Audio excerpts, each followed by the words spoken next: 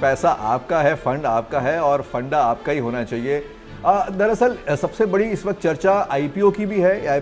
पिछले एपिसोड में भी हमने इस बारे में बात की थी और आज फिर हम बात कर रहे हैं LIC के आईपीओ की, यानी देश की सबसे बड़ी इंश्योरेंस कंपनी के शेयर बाजार में उतरने की।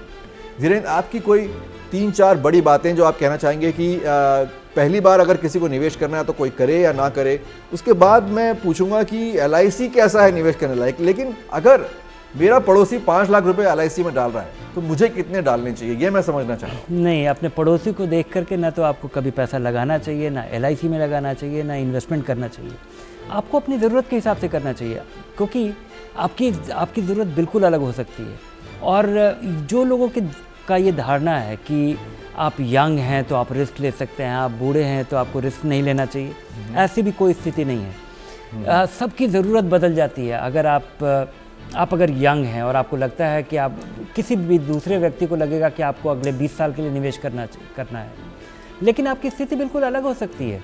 आप यंग हैं, आपने नौकरी शुरू की, आपने बचाना शुरू किया और आपको हो सकता है 2 साल के बाद आपको अपनी बहन की शादी के लिए पैसा चाहिए, तो आप लॉन्ग टर्म इन्वेस्टर नहीं हैं। आप अभी अपने रिटायरमेंट के बारे में आप ये 40 साल के लिए आप निवेश नहीं कर रहे। तो सबकी ज़रूरत के हिसाब से अपने निवेश का उसका रोड मैप होना चाहिए। दूसरा कि आईपीओ में लगाना किसी के लिए अनिवार्य नहीं है, ये आसान तरीका है। हिस्टोरिकली लोग आईपीओ में पैसा लगाते रहे हैं, लेकिन शुरुआत करनी चाहिए म्यूचुअल फंड से, क्योंकि ये जो डाइवर्सिफिकेशन का फ़ायदा है। अगर आप सोचिए कि आपने आपने बहुत शानदार आईपीओ में पैसा लगाया, लेकिन हो सकता है आईपीओ बंद होने के बाद अब लोगों को पता नहीं, ध्यान है कि नहीं, इन्फोसिस ये एक कंपनी है जिसकी कि 90 के दशक में इसका आईपीओ आया था और आईपीओ आने के साथ ही ये धराशायी हो गया था।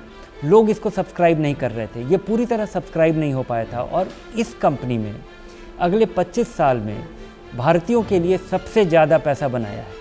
और अगर आप दूसरी चीज़ों के बारे में अभी हाल फिलहाल देखें कि पेटीएम में लोगों ने लाइन लगा के पैसा लगाया है, जिसमें आपका लगाया हुआ पैसा 2/3 महीने में कम हो गया है। हो सकता है भविष्य में क्या होगा पता नहीं। बहुत बढ़िया 2 स्टॉक्स के नाम लिया आपने। एक इन्फोसिस, जिस पर भारतीय निवेशकों ने और दुनिया भर के निवेशकों ने पैसा, उस पर काफ़ी रिटर्न कमाए, और पिछले दिनों पेटीएम में काफ़ी नुकसान भी सहा।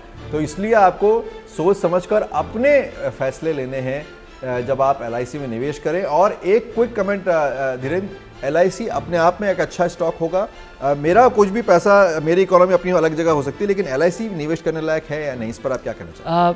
मुझे लगता है, लेकिन उसके 2-3 कारण हैं। एक तो कि LIC देश का सबसे बड़ा इंश्योरेंस कंपनी है, सस्ते दाम पे ही दिया जा रहा है, क्योंकि सरकार को अभी बहुत बार डिसइन्वेस्ट करना पड़ेगा, ये शुरुआत है। दाम भी ठीक ठाक माना जा रहा है। एक नज़रिए से देखा जाए तो शायद महंगा है, दूसरे नज़रिए से देखा जाए जो कि एम्बेडेड वैल्यू की चर्चा की जाती है, तो उस हिसाब से ये काफ़ी सस्ता है। अच्छा।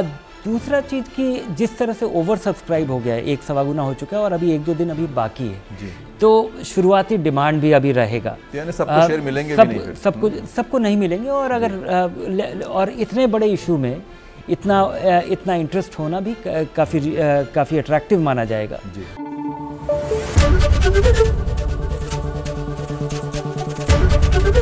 ABP न्यूज़ आपको रखे आगे।